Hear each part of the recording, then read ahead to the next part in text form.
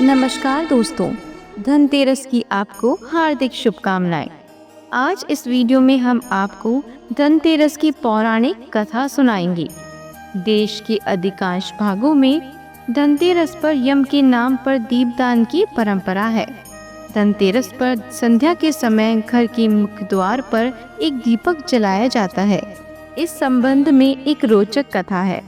बहुत पहले हंसराज नामक एक प्रतापी राजा था। एक बार वह अपने मित्रों, सैनिकों और अंगरक्षकों के साथ जंगल में शिकार खेलने गया। संयोग से राजा सबसे बिछड़कर अकेला रह गया और भटकते हुए एक अन्य राजा हेमराज के राज्य में पहुंच गया। हेमराज ने थके हारे हंसराज का भव्य स्वागत किया। उसी रात हेमराज के यहाँ पुत्र जन्म हुआ। इस खुशी के अवसर पर हेमराज ने राजकीय उत्सव में सम्मिलित होने के लिए आग्रह के साथ हंसराज को कुछ दिनों के लिए अपने यहाँ रोक लिया। बच्चे के छठवीं के दिन एक विचित्र घटना घटी।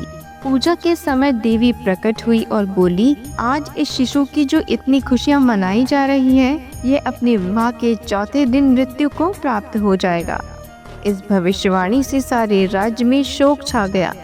हेमराज और उसके परिजनों पर तो वज्रपात ही हो गया। सबके सब स्तब्ध रह गए। इस शोक के समय हंसराज ने राजा हेमराज और उसके परिवार को ढांढस दिया, मित्र, आप तनिक भी विचलित न हो। इस बालक की मैं रक्षा करूंगा। संसार की कोई भी शक्ति इसका बाल विवाह का नहीं कर सकेगी।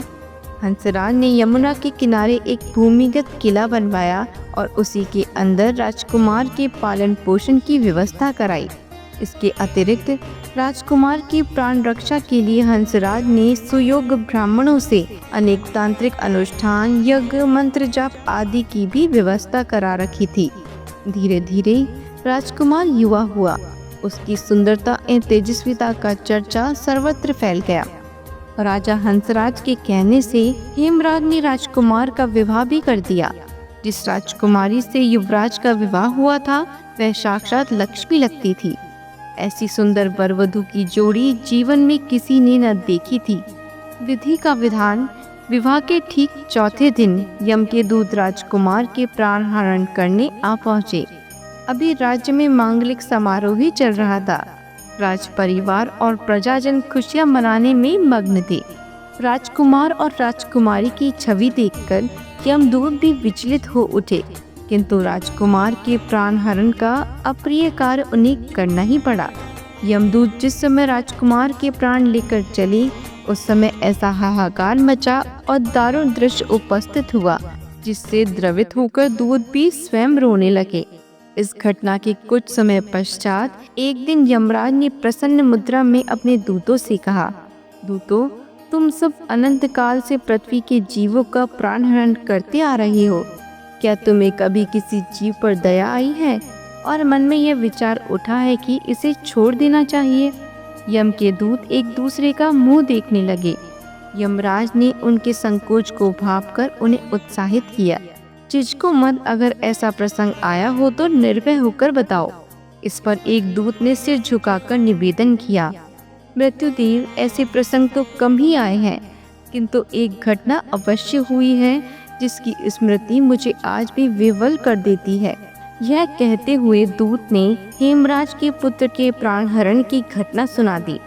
इस दुखद प्रसंग से यमराज भी विचलित हो उठे। इसे लक्ष्य करके दूत बोला, नाथ, क्या कोई ऐसा उपाय नहीं है जिससे इस प्रकार की अकाल मृत्यु से प्राणियों को छुटकारा मिल जाए?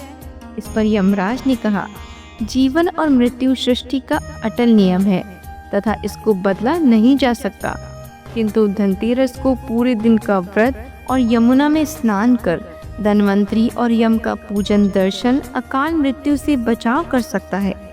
यदि यह संभव न हो तो संध्या के समय घर के प्रवेश द्वार पर यम के नाम का एक दीपक प्रज्वलित करना चाहिए।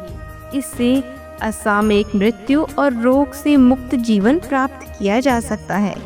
इसके पश्चात से ही धनतेरस के दिन धन्वंतरी के पूजन और प्रवेश द्वार पर यम दीपक प्रज्वलित करने की परंपरा है। आशा करते हैं कि आपको ये कहानी पसंद आई होगी।